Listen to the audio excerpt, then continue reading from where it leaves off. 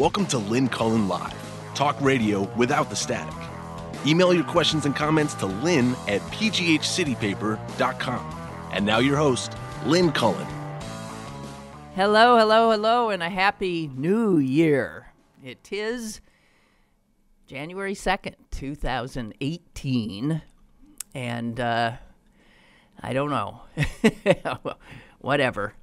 I saw something from Neil deGrasse Tyson, which said that the placement of January 1. Oh, right. That's what I meant to tell you. This is perfect. This is classic. Welcome back to the show. It's the strobe I can't take. All right, wait a minute. Duck and cover.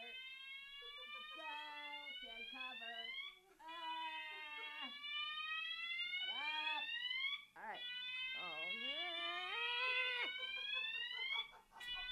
It's like we're on a submarine and there's something serious going on. Right? Whoa, man your stations!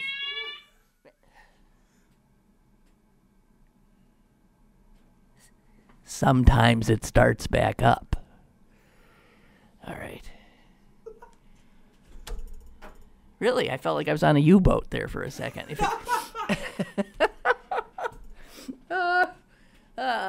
Jeez. Well, that was classic. Yes, the Lynn Cullen Show is back. In all its absurdity. Was I saying something when that happened? I can't remember. So, just got to say, I decompressed during the interim since we've last talked. I decompressed. I did not look at Twitter. I did not watch any news. I did offhandedly read a newspaper here and there. Any topic or subject in the paper that I found distressing, I glanced at the headline and kept going. And I got to tell you, I feel better. However, I did look. I happened to see a shot of the show, and so it was a shot of me looking horrendous, I thought. And so I said to Steven just moments ago, hey, can you back that camera up? Now, he said, yeah, but then they see this mess. They see the papers, your purse. Yeah, but you don't see this old face quite as up close and personal. So whatever, if you, if you don't mind being at such a remove from me, I feel a little more comfortable knowing you're not sort of invading my personal space. That's what it felt like. It was too close, like you were too close. I didn't realize you were so close. Because I don't ever look at my own show or listen to it, never have. And it just happened by accident, and I was appalled. I didn't even recognize myself. I thought, who the hell is, oh my God, it was me. So, no, let's just, if you don't mind, back off. I mean, I didn't mean, we just, whatever. Hope you all had a nice holiday season. And truly, I do wish us all a better New Year. Self-deception and delusion is a survival skill, actually. So it's we remain hopeful because to do otherwise is to sort of give up. I came across a really good quote by somebody who said,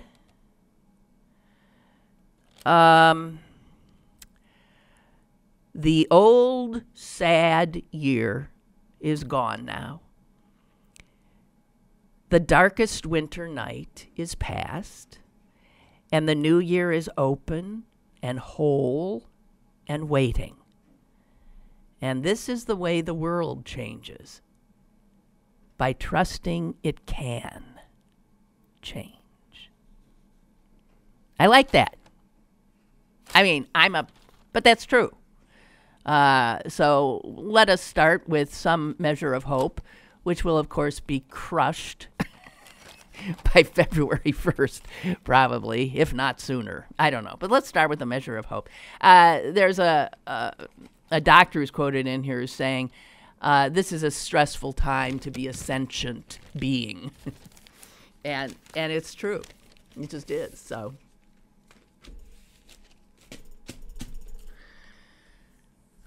I am loath to jump into the stuff that we normally jump into because I've been so happy not doing it.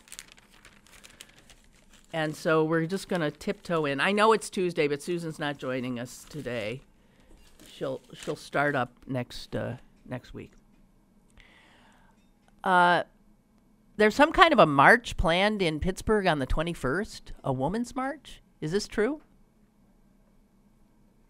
Huh? I haven't heard of it. You haven't heard that? I can't forward you anything. I got rid of it. But I thought there was some kind of a women getting out again, and Mary, one of you, has sent me some of the signs some of the better signs from the last one. And I love this one. Listen. Senators should start wearing uniforms like NASCAR drivers so we could identify their corporate sponsors. That is such a great idea. I mean, if you get a visual of, Mitch McConnell and all the other senators, and they're standing there yapping at us, droning, and their suits are covered with logos from their corporate sponsors. I love that. I love it. It's a brilliant idea, and would that we were able to actually do it. Here's another, held by a pissed-off-looking woman. I came here to knit hats. Probably those little pink hats, which I could never quite appreciate. I came here to knit hats and punch Nazis, and I'm out of yarn. Oh, God. Whatever. So, I don't know.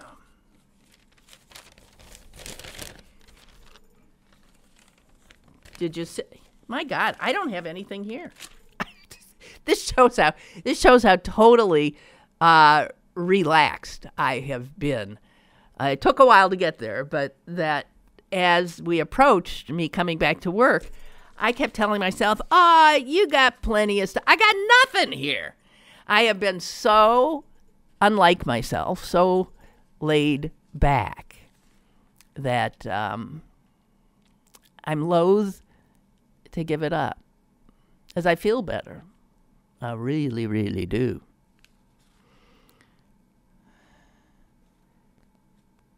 Some kids, I guess, at Christmas got some of these newfangled toys that are all connected to the internet. It's too bad. I feel for kids.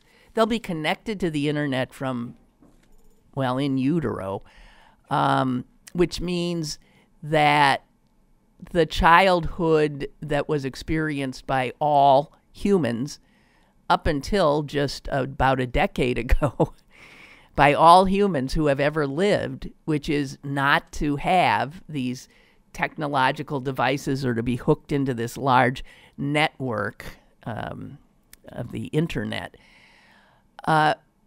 Without that, as children, we grew in a different kind of a way. Our brains grew in a different way. the kinds of connections that were made in our brains, the parts of the brains that were engaged and grew, were different than what is happening to the brains of children now. They are, I think, qualitatively different. And I guess it makes sense for the world that they will inhabit, but they aren't going to be necessarily like we were. Imagination will take a different form, won't it? I mean, one of the things of childhood is you're bored a lot. You're sitting around thinking about what you can do, and you made things up. I don't know. Everything's packaged now for kids, and I feel for them. I really do. I mean, whatever. It is what it is. Don't sweat what you can't have anything to do with. It's just happening. But there were a number of cautionary stories about some of these new toys that people have unwittingly given their grandchildren and their children, like dolls called My Friend Kayla. Have you heard of that one? Don't trust her. That's all I have to say. She ain't your friend. You gotta be sort of media literate from day one, because your friend Kayla, just because she calls herself your friend Kayla, is not. We'll get to Kayla in a minute. We got a call. I'd love to talk to a sentient being. Hello. Hello. Hey, Lynn, it's Mike in D.C. Hi, Mike. Happy New Year. Happy New Year to you. And I'm not sure I'm a sentient being, but I have a thought about the children and learning differently. Mm-hmm. Part of what I think childhood is being bored. That's right. And that boredom forces you to do things to not be bored. Right. But if you have this tablet in front of you and a screen in front of you in every car you drive in, you're never bored. No. That can't be good for them. No, I agree. It can't be good for them, and consequently can't be good for the rest of us. It just can't be good. So how is this different than a pacifier? I think it's... The toddler's making noise, you hand them a pacifier. Now you hand them a screen. This is the same thing. Yeah. Oh, it's worse. A pacifier just provides a kind of physical comfort. These screens take their heads, take their brains, take their attention. A child sucking on a pacifier can still be thinking, can still be engaging, seeing whatever he or she wants to see in their purview. They're going to be different. People, even my son's generation, are wired differently than I was. I could tell because he got into the games and the internet a little later, but not. And he's 26 years old. So, wow. The parents who keep their children away from these screens, I know my young kids in my family have been, sealed off pretty much from screens. And so they are being given an opportunity to sort of grow up in an old-fashioned way. But that'll absolutely stop by the time they hit whatever, when they start going over to other kids' houses who have screens. And even just observing a kid sitting in a strapped into a little car seat, who's 2 years old and driving around with his mom. As every time they stop at a corner, what does the kid see? He sees people. And what are the people doing? They're all face down in a device.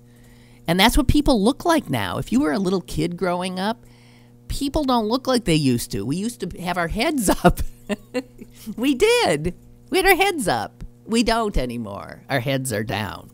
So that looks normal, and that's what, even if a kid is kept from having one of those screens, man, they want one.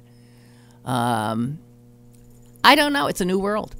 And it's a technological world, and our brains, the brains of all children born now, will be different, truly different than yours and mine.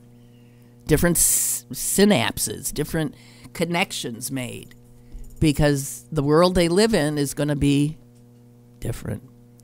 I do find in it a loss of what I recognized as humanity, because I am right when I say this is a change unlike any change in human history. Never before have children had this to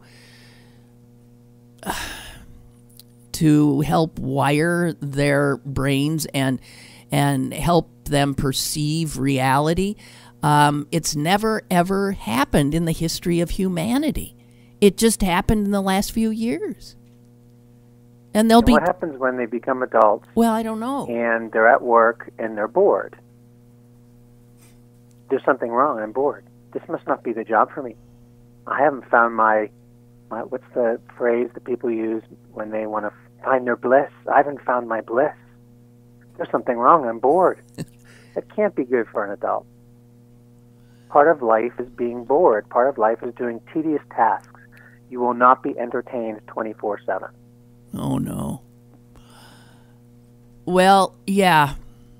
I don't know what to say. I mean, it is, there's no stopping it. It's just an observation I'm making, and you're making, and we can wonder, but it is happening. All over the world, it's happening. And humanity is changing, evolving. This is where I just love dredging. I'd love to dredge up Charles Darwin and plunk him into our reality and say, hey, Chuck, look. Did you ever think that humans would take such control of their own evolution? Conscious control. And give up conscious control. And give it up to these mechanisms and the internet, where people can view everything that you see, every second, every screenshot they see you seeing. I looked at a mirror from my bathroom months ago, and God is my witness, every article I read at the bottom, it has a picture of that mirror. So there's no getting away from it, even if you try. No. It's weird. So it isn't just how brains are being rewired. It's that everything that we think and look at and do, the government, capitalism, can see it. Mm-hmm. That's got to be scary. Yes. It's scary to me anyway. Yes, it's scary to me too. And I think that's why I sort of enjoyed my little, almost 2-week respite here, because I unplugged pretty much. And wow, does it feel good. And so this morning was my first dive back in, and I'm still hanging on to my, I refused to listen to the radio on the drive down. I still didn't want to listen to any of the gab shows or any of that. I'm trying desperately to hang on to this. I read 4 books. I just sat and... What did you read? Oh, novels. Read novels. Do you read novels? Men usually don't. No, I read autobiographies. Oh, okay. I'm reading one about the radium women, about how they were poisoned in the early 1900s. Oh. The radium dial. It's interesting. Wait, they were poisoned because... They were painting with radium paint on clocks so that you could see it in the dark. So that the phosphorescence. Were pointing. Yeah. Uh-huh. Well, there were so many people. A lot of clockmakers, didn't they develop cancers because of it? I mean, a lot of ways that people did their jobs we didn't know were killing them. And even when they did, capitalism jumped in and told them, it was mostly women, told them they were hysterical. You're not dying of cancer. You just have a bad hip. Wow. Even when the science told them they did have radium poisoning, men, and capitalism said you don't. Did you? You're younger than me. Did you ever, when you were a kid, go to a shoe store and they had this big, huge machine, looked sort of like a jukebox? I mean, it was that sort of big, hulking thing, and you could put your feet inside of it and look down through the machine, and you would see the bones of your feet. It was an X-ray machine. You would stand in it and look at your bones. And I remember every time my mom took us to get shoes at Lou's Bootery, while, let's say, Susan was trying some on, I just stand in that thing and stare at my bones. Well, God, that's an X-ray machine. Standing in it for hours. Any of your health problems now, could it? Oh my God! Children, developing children, no less. Yeah. It was fascinating. When did you ever get to see your bones? I mean, you don't get to see your bones. And you could wiggle your feet and you watched your bones. I mean, it was fascinating. I don't know when somebody blew the whistle and they disappeared, but oh man, I love that thing. I suppose I'm high risk for foot cancer. I don't know. Hey, good to talk to you, and Happy New Year to you. Thanks. Okay, bye. Bye. Bye, Mike. And we have another caller. Hello. Hey, Lynn, it's Beth calling, and a Happy New Year to you. Happy New Year to you, Beth. I was just calling because when you were talking about the whole thing of all the youngsters just glued down to their phones and other electronic devices, when we were in Atlanta, we'd take walks early in the morning, and, as you get to do that, you get to see the same people who aren't kind of on the same schedule as you are. And we noticed, first of all, the amount of people walking their dogs and the 20-somethings, and instead of people paying attention to their dogs, they were glued to their phones. Right. But there was this young 20-something boy, and we noticed he wasn't looking at his phone. He was paying attention to his dog every day. And we noticed this dog had the biggest smile on its face every morning. Same thing.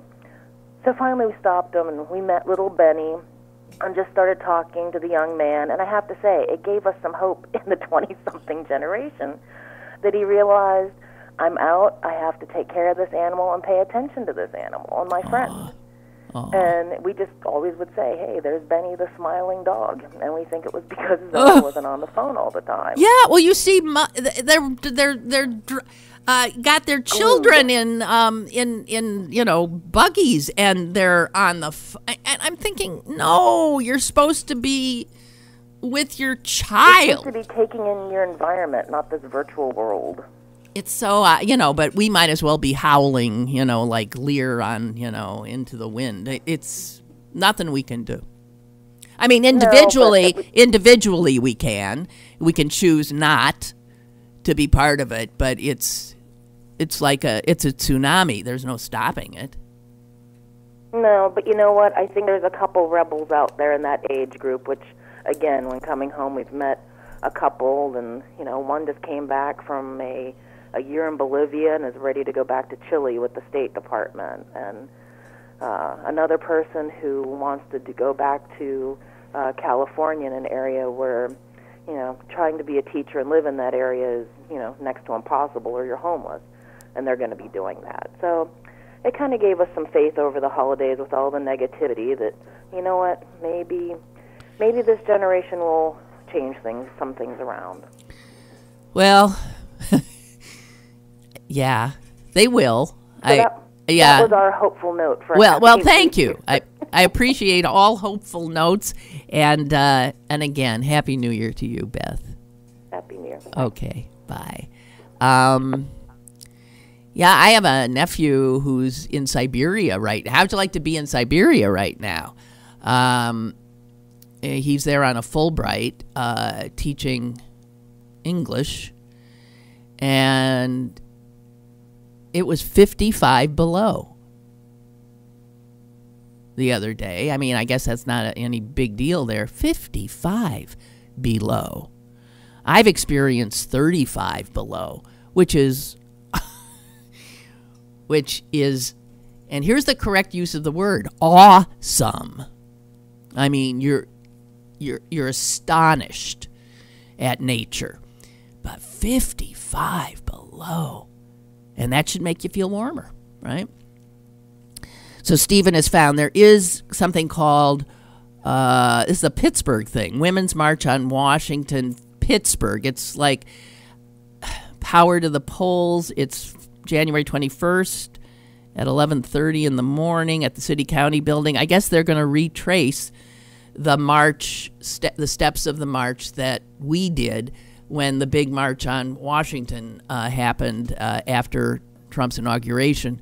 And I was at the march here, and it was mind-blowingly wonderful. I met a lot of you there. It was a lot of fun. And this is a possible way to get people empowered and involved for the special election coming up in the 18th Congressional District, which was vacated rather precipitously by one former Congressman, Tim Murphy, who was outed as the hypocrite jerk he has always been. And it's a big, big election. This is a Republican district with a great Democratic candidate and an opportunity to keep going what Doug Jones pulled off in, I don't know, they could just find that the Republican was molesting children. We'd be off and running. Or, doing some other thing that some people might find objectionable. Oh, God. Okay. So, I want to get back to this. What is this? Wait a minute.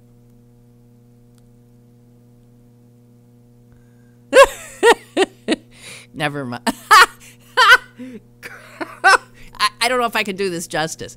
Kurt just sent me a picture of would have been like a Neanderthal man or Cro-Magnon man from a textbook or something, and he's sort of squatting, looks kind of naked, and he's squatting, and he's holding these two things they're rocks, holding his two things in his hands, and he's looking at them, and it's a joke, I guess, but 79% of elementary school kids, it says here, identify this picture as an old dude texting.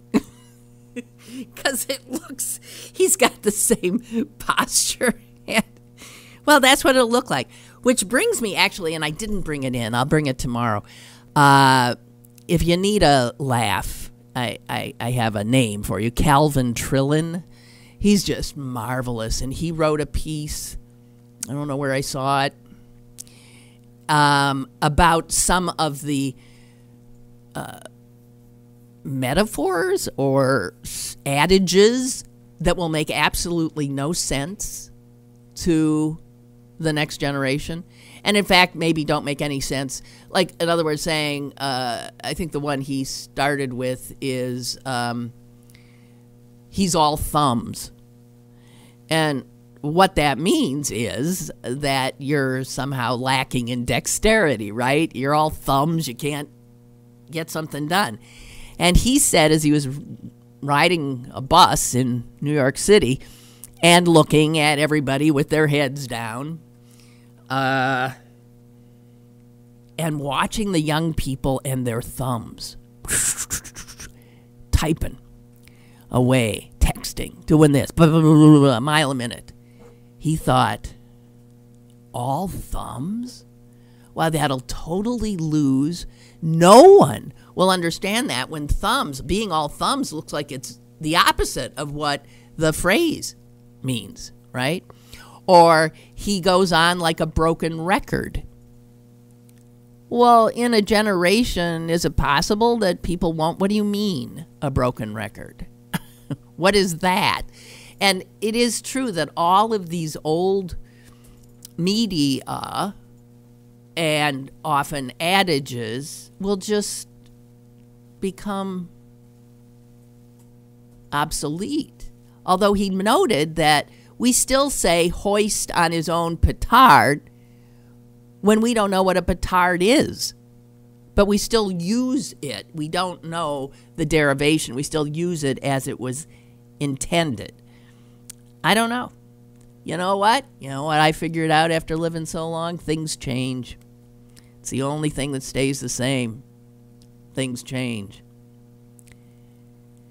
Ray says, in Happy New Year, and in defense of these gadgets, I chanced upon a lecture given by your brother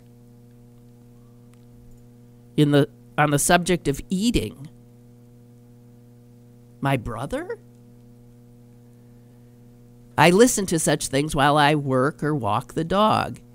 He was so entertaining and charming that I ordered his disgust book. He wrote a book called The Anatomy of Disgust, and we'll receive it today. Ah, geez. Well, I got to tell you, it's entertaining to a point, and then he goes off on these intellectual tangents and gets into stuff that your head will swim. At least mine did. But Ray, you're a smart fellow, and maybe you can navigate it. He's too smart for me.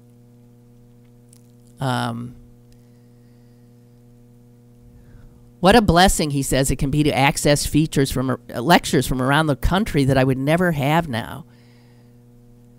Never have known it existed. So you're saying this is what the internet has done too, right? Your show included. Thank you, Ray.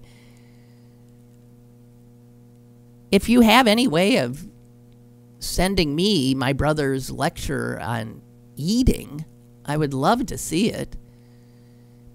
He sent me something the other day where he gave some speech at the University of Michigan, which I wouldn't have sent it if he didn't think it was pretty good. And I somehow can't open it on my thing. So I would love, I would love that. I think the best book, the one that I found most accessible that he wrote, and I do recommend it, is The Mystery of Courage. He was always writing books on negative emotion, disgust, humiliation. Why am I blanking on some of these? Disgust, humiliation, I can't think. And he started to do one on cowardice. And in doing research, he came upon, he was reading letters from soldiers at war, from Vietnam, from the Civil War, and he was just blown away by these soldiers' letters. And he realized that his book on cowardice was going to do a 180 and be a book on courage. And it was the first time that he turned something around because he was just so blown away by what the letters told him. And the first chapter alone is worth getting the book. Because it's a true story of a Civil War soldier who lined up as they went to battle every time, and when the shooting started, he took off running every time. And he'd come back. You know, that was a hanging offense to desert. That was desertion. And he would come back with his head hanging down. And somehow the men in the officers around him understood the courage it took for him to come back. He ran in the face of the gunfire, but he'd come back, and then he'd line up again for the next fight, and he would invariably run. And then he would come back, knowing he could be killed, executed for desertion. And in the course of all of this, it became clear to the soldiers in his regiment, or whatever it was, that this guy was not a coward. There was a kind of exceptional courage about him. And that as clearly terrified as he was, he kept trying. He kept coming back and trying. And he came back after he failed when he could be executed. And he'd line up and run again.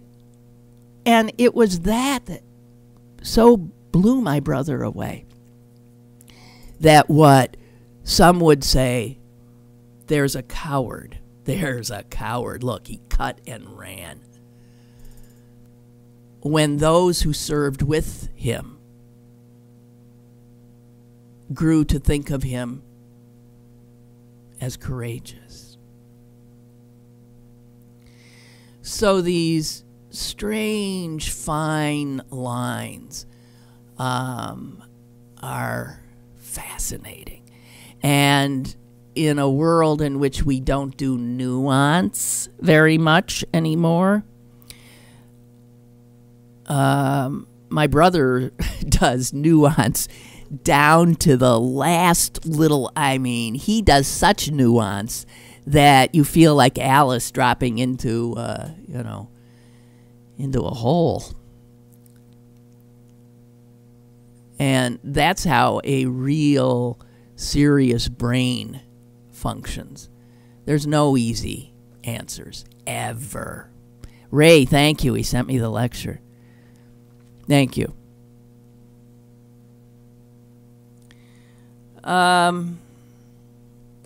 Okay, so I was saying this stupid doll, and I remember talking about this doll before. Her name is my friend Kayla. I think she's, a Hasbro doll? And she talks, and she responds to children's questions. Now that means she's got a chip in her, right? She's got a computer chip. You can't do that if you don't. But the thing is, with that chip in her, she can also spy on the kid. She can collect data on the kid. She can be hacked by somebody who wants to spy on the kid. And we don't take this stuff seriously. But a lot of places do, like Germany. And in fact, the German government labeled Kayla, quote, an illegal espionage apparatus. They said, this ain't no baby doll. This ain't no toy Hasbro's created here. This is an espionage device. And they mandated that the doll could be sold in Germany only if it was disconnected from its ability to connect to the internet, the feature that, would allow it to be accessible to hackers. And Germany wasn't the only one. The Norwegian Consumer Council called Kayla a failed toy. Here in the United States, not so much.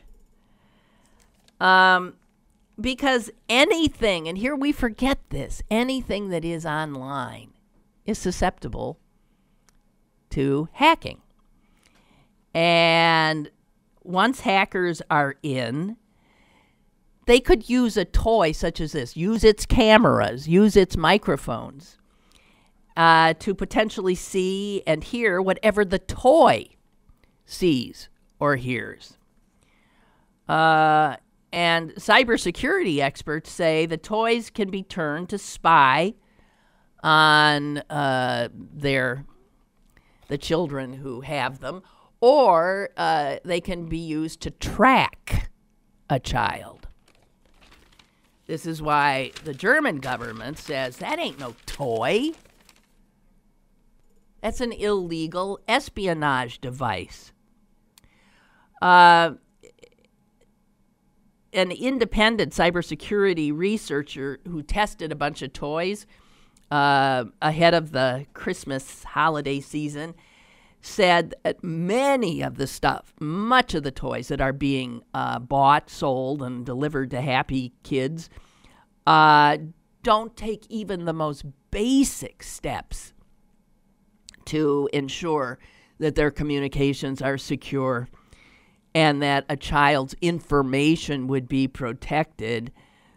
Hasbro's got another one, the Furby Connect doll. It's a furry egg-shaped thing.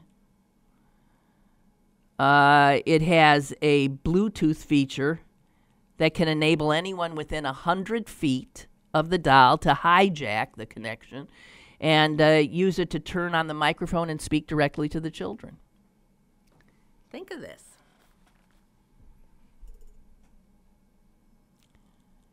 There's a smartwatch that some people might have bought their kids and their grandchildren. A smartwatch, honey. It's called the Q50. Marketed as a way to help parents communicate with and keep track of their kids. But this watch, hackers could easily intercept all communications, remotely listen to the child's surroundings, and know exactly where the child is at all times.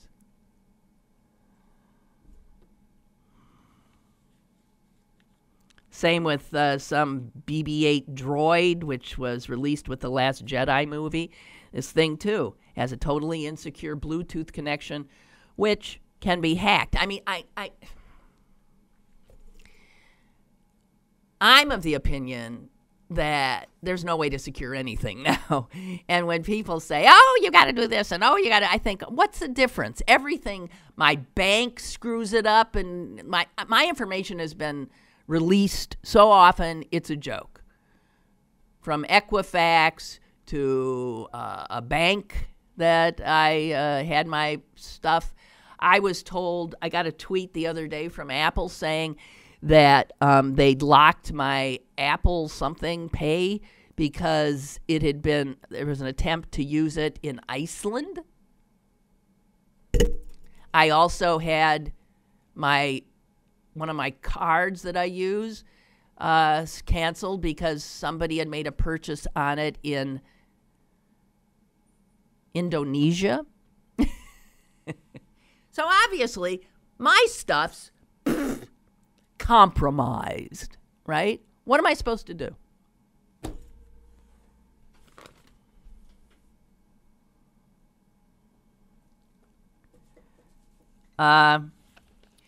So there was a cyber attack on a toy maker, on the company itself. And this happened last year. And that hack of a toy company, a digital toy company, exposed the data of over 7 million people, including names, date of birth, all the stuff you don't want them to have. The largest known breach to date that targeted children.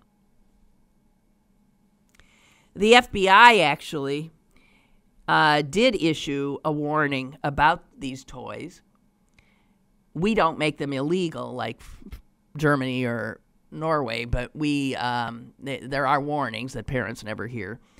Advising parents to pay particular attention to how a toy connects to the internet, and if it connects wirelessly through Bluetooth, you got a potentially serious, insecure situation there. Just saying. This new world we live in is... I don't get it.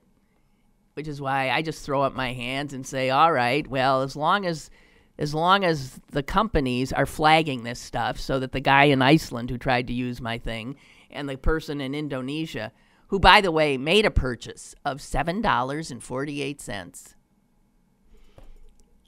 Well, I don't know. What am I supposed to do? What am I supposed to do?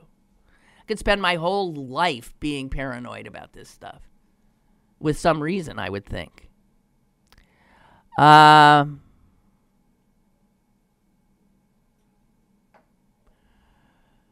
Barbara says, by the way, you first mentioned Neil deGrasse Tyson before the fire alarm, but never got back to him. Oh, that's what I was talking about. But I can't remember why. Sorry. Anyway, Barbara has sent us information about Connor Lamb, who is the Democrat running in the 18th district.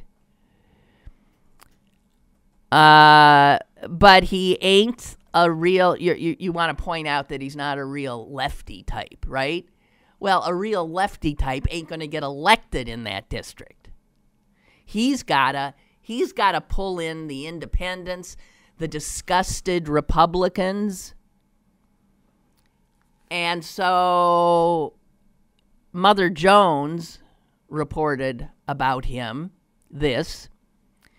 5 weeks ago, Lamb said shortly after his victory, 5 weeks ago, I was in a non-political job as a federal prosecutor.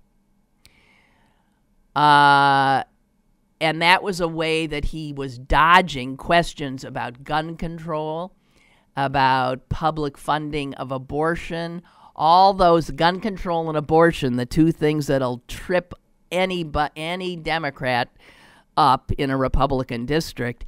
And he understandably didn't particularly want to talk about it. So he said 5 weeks ago, I was in a non-political job as a federal prosecutor. Everything like that, like this abortion stuff, we're going to have to talk about later. So he's got to get he's never run for office before. He's got to figure out how you somehow finesse these hot button topics and still attract Republican votes. Abortion and gun control, those are like third rails, right? So it's really tough. I don't care if I don't check off everything with Connor Lamb in my litmus test of what, I don't expect anybody to align totally with my ideas and principles. The only thing that matters to me right now is the D after his name. Democrat. We've got to take back this government. And the way you do it is by knocking Republicans out of office, even with Democrats that aren't sufficiently progressive for your taste. Doesn't bother me a bit.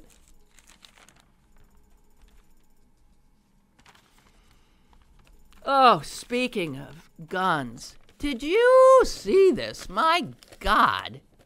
This was in the Post-Gazette the other day. It was from Philly.com.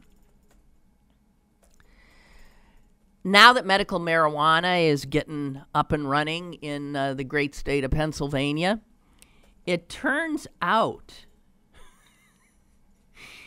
that if you have a prescription, if you manage to get a prescription for medical marijuana in Pennsylvania, you can't buy a gun. And you would be well advised, according to someone from the state police,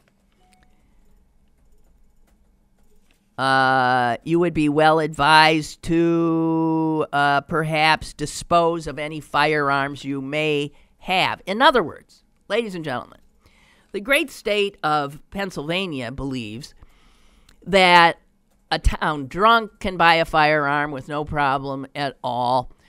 Somebody abusing, opioids can buy a gun with no problem at all. Somebody, in fact, who has been placed involuntarily in a mental hospital can get out and buy a gun in Pennsylvania without any problem at all. But somebody who's sick and has a prescription for medical marijuana all of a sudden loses their Second Amendment rights. And guess what? The NRA hasn't said boo. So Pennsylvania thinks that someone who's taking medical marijuana is such a, I guess, crazed being that all of a sudden they're willing to abrogate the Second Amendment? It's beyond belief. And as insane as our government is, the DEA still has marijuana, federal government still has marijuana classified with heroin, LSD, as a Schedule I drug. And a Schedule I drug means that it has no currently accepted medical use. Well, that's bullshit, because it does have a currently accepted medical use, according to the majority of the state governments who have legalized it for that purpose. Man, it's mind-blowing. And the Federal Bureau of Alcohol, Tobacco, and Firearms regulates the sale and ownership of guns, and it says any use of marijuana is a disqualifier. You can buy a gun if you're blind. That would seem to be a good disqualifier. If you're blind, you can't see what you're shooting, so you shouldn't be able to have a gun. If you're blind, you can still have a gun. If you're taking medical marijuana, that's the worst. That's the only thing, I guess.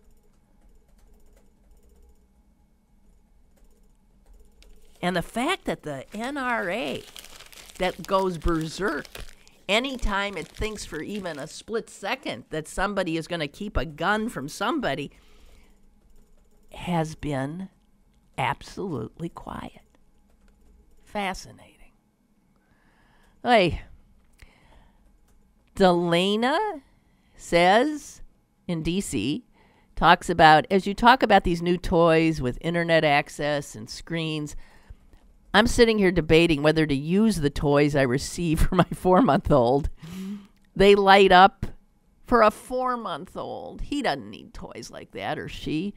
They light up, they make noise, all the bells and whistles. Are these even all that good for a grown? No, they're not. Take them away. Don't give them old-fashioned toys when they're that young. I remember Fred Rogers saying to me, he didn't even like Thomas the Tank Engine. Fred didn't. Fred thought he liked things to be, he didn't like inanimate objects talking. He was a real stickler. But I wouldn't go that far myself. But all of this, if as much as you can, keep all the flashing, sound-making crap away from a kid and give them the toys that children have grown with forever. Can't I just get by with blocks and books and stuffed animals and let her imagination fill in the blanks? Oh, Delana, yes, yes, yes, yes. I feel like the toys do all of the work now. Too much stimulation and nothing for the kid to do except be No, this is, no, get rid of that crap. You're absolutely right. You're absolutely right.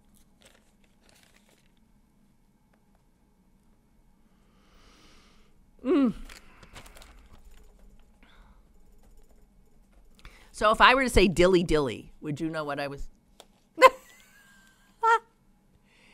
Stephen knows.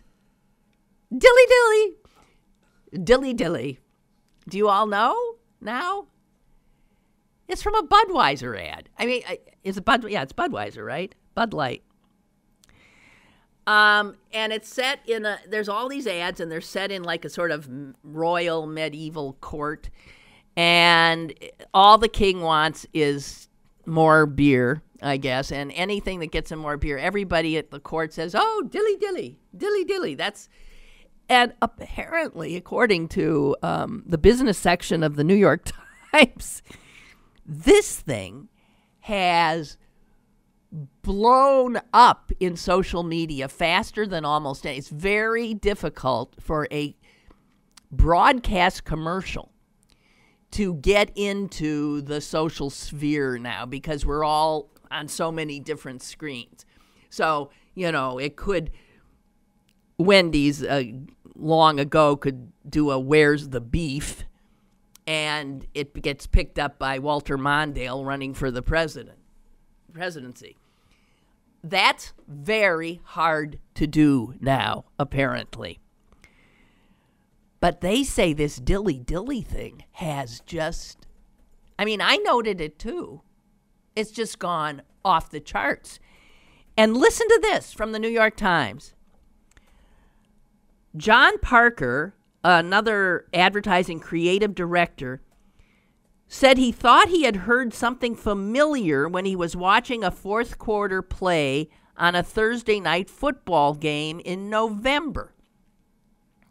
He was watching with his wife as Ben Roethlisberger, the Pittsburgh Steelers quarterback, called out in code, like they do, Nevada, this, that, whatever, quarterback to direct his teammates.